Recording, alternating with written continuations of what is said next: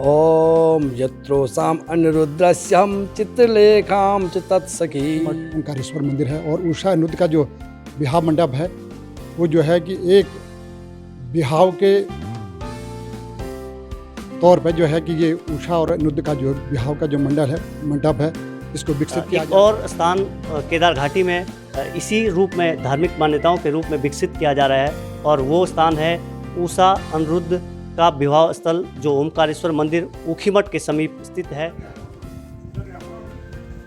ऊखीमठ में ओंकारेश्वर मंदिर को पंच केदार गद्य स्थल के रूप में भी जाना जाता है। भगवान केदारनाथ के कपाट जब शीतकाल में बंद हो जाते हैं तो 6 महीने शीतकालीन पूजा अर्चना इसी स्थान पर की जाती है। वहीं मद्मेश्वर धाम, जिसे द्वितीय केदार के रूप में जाना जाता है, मद्मेश्वर धाम के कपाट बंद होने के बाद भी भगवान मद्मेश्वर की शीतकालीन पूजा इसी स्थान पर की जाती है। इसी स्थान पर लिंग रूप में पंच केदार विराजमान है, जहां भगवान केदारनाथ, रुद्रनाथ, मद्मेश्वर, तुंगनाथ और कल्पेश्वर की पूजा अर्चना की जाती है।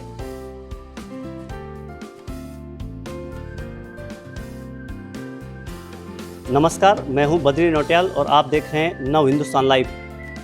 18 अप्रैल को इसी स्थान पर एक विवाह का प्रस्ताव बद्री केदार मंदिर समिति के पास आया है और वो विवाह स्थल ऊखीमठ मंदिर में उषा अनिरुद्ध विवाह स्थल है। यहाँ पर 18 अप्रैल को एक विवाह का प्रस्ताव जो मंदिर समिति के पास आया है वही विवाह यहाँ पर होगा। हालांकि इसकी अभी आधिकारिक पूरी जानकारी नहीं मिल पाई है, लेकिन बताया ऐसा जा रहा है कि इसी स्थान पर रजिस्टर्ड जो पहला विवाह होगा, बद्री केदार मंदिर समिति के जो रिकॉर्ड में पहला विवाह जो दर्ज होगा वो इसी स्थान पर होगा और वो 18 अप्रैल को होगा। इसका प्रस्ताव भी बद्री केदार मंदिर समिति के पास आ गया है। यानी पौराणिक स्थल में विवाह के लिए 2 प्रस्ताव बद्री केदार मंदिर समिति के पास आए हैं, जो यहाँ पर रजिस्टर्ड विवाह के रूप में अंकित किया जाएगा। यानी उषा अनिरुद्ध का विवाह स्थल विवाह जब हुआ होगा उस दौर के बाद अब जो पहला विवाह होगा वो रजिस्टर्ड विवाह माना जाएगा। ऊखीमठ को लेकर ऐसी मान्यता भी है कि राजा मानदाता ने यहीं पर तपस्या की थी और उन्हें भगवान शंकर ने ओमकार के रूप में दर्शन दिए थे। ऐसी भी मान्यता है कि शोणितपुर नगरी के असुरराज वाणासुर की बेटी उषा का विवाह श्री कृष्ण के पोते अनिरुद्ध के साथ इसी स्थान पर हुआ था। इस कारण इस स्थान का नाम उषा मठ पड़ा, किंतु बाद में इसे ऊखीमठ के नाम से पुकारा जाने लगा। जिस स्थान पर उषा अनिरुद्ध का विवाह हुआ उसी स्थान पर आज भी वह विवाह मंडप मौजूद है। उत्तराखंड में धार्मिक परंपराओं के अनुसार त्रिजुगी नारायण एक ऐसा मंदिर है जहां भगवान शिव और पार्वती का विवाह हुआ था। आज भी वहां पर बड़ी संख्या में लोग शादी विवाह करने आते हैं, चाहे उत्तराखंड के लोग हों चाहे देश विदेश के लोग हों। बड़ी संख्या में लोग आज भी भगवान शिव और पार्वती के विवाह स्थल को साक्षी मानते हुए वहां पर विवाह करते हैं। लेकिन एक और स्थान केदार घाटी में इसी रूप में धार्मिक मान्यताओं के रूप में विकसित किया जा रहा है और वो स्थान है उषा अनिरुद्ध का विवाह स्थल, जो ओंकारेश्वर मंदिर ऊखीमठ के समीप स्थित है। और यह भी वही पौराणिक स्थल है जहां भगवान अनिरुद्ध और उषा ने विवाह किया था और इसी स्थान पर जो स्थान आप देख रहे हैं उसी स्थान पर उषा और अनिरुद्ध का विवाह हुआ था। और ये स्थल वही पौराणिक स्थल है जहां पर उस दौर में अनिरुद्ध और उषा का विवाह हुआ होगा। इस पौराणिक स्थल को अब विकसित करने के प्रयास शुरू हो गए हैं और बद्री केदार मंदिर समिति ने एक अभियान चलाया है जो इस पौराणिक स्थल को विकसित करने का है, उसकी कवायतें शुरू हो गई हैं और जल्द ही यह धार्मिक स्थल, यह पौराणिक स्थल विकसित किया जाएगा और उषा अनिरुद्ध के विवाह स्थल को एक वेडिंग डेस्टिनेशन के रूप में विकसित करने का प्रयास किया जाएगा।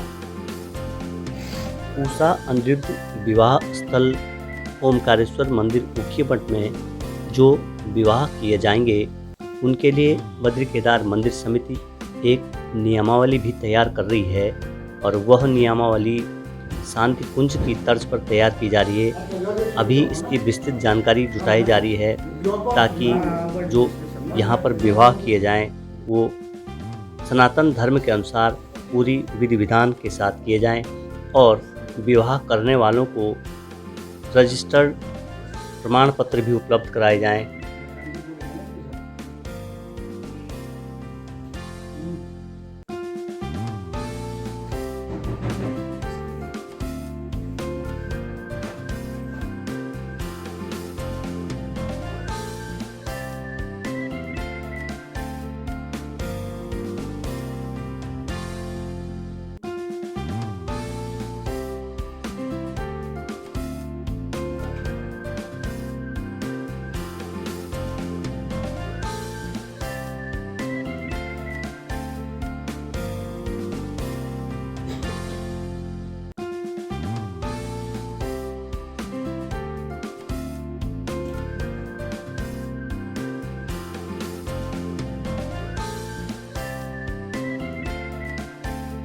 यहाँ पर ये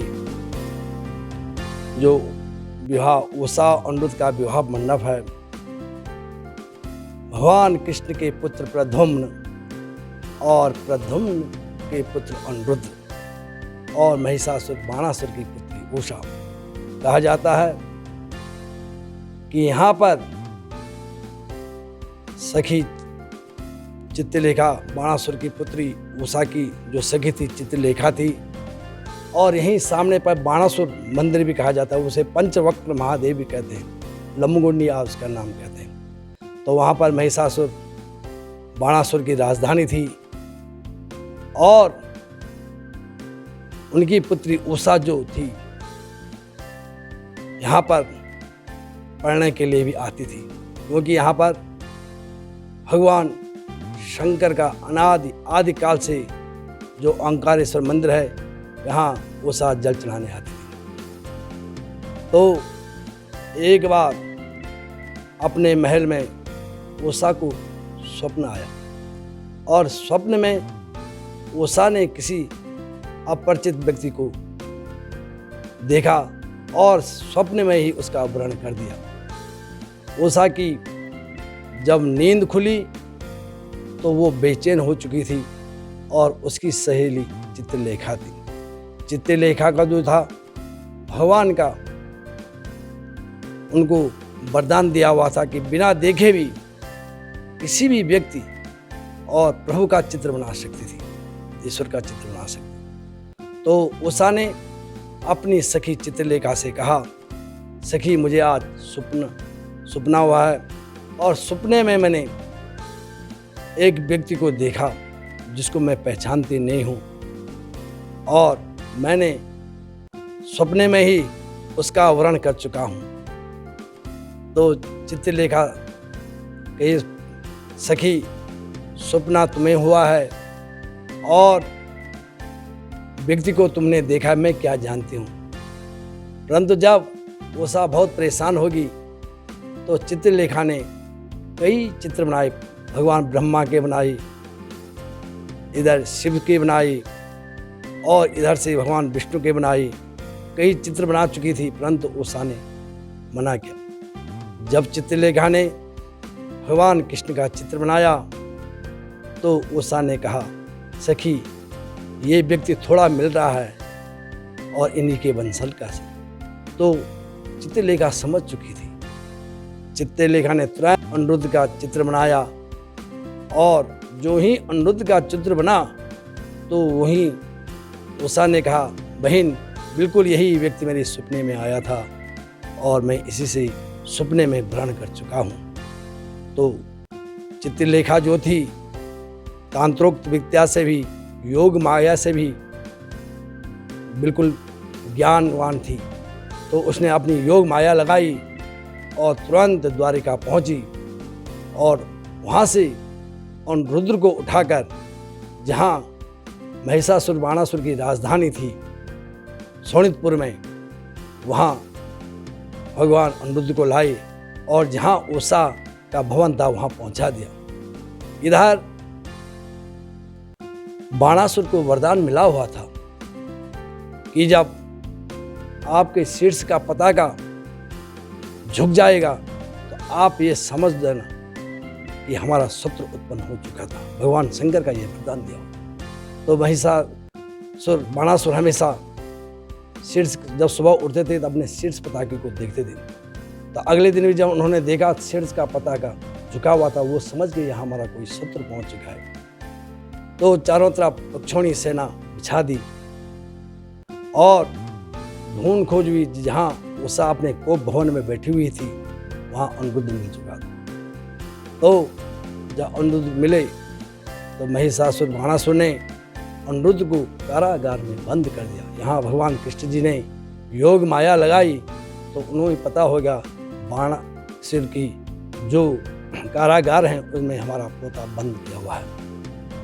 तो जब भगवान कृष्ण को पता लगा उन्होंने अपनी सेना सजाई, बाणासुर पर आक्रमण किया। जब वहाँ पहुँचे तो दोनों में युद्ध हो चुका था और युद्ध होते होते भगवान शंकर बाणासुर ने भगवान शंकर का स्मरण किया। भगवान शंकर वहाँ पहुँचे, फिर उनमें समझौता किया गया और उसके पश्चात यहाँ जो मानदाता जी की राज धरती थी यहाँ पर आकर उषा और अनिरुद्ध को यहाँ लाया गया, क्योंकि यहाँ पर भगवान शंकर की देवस्थली थी।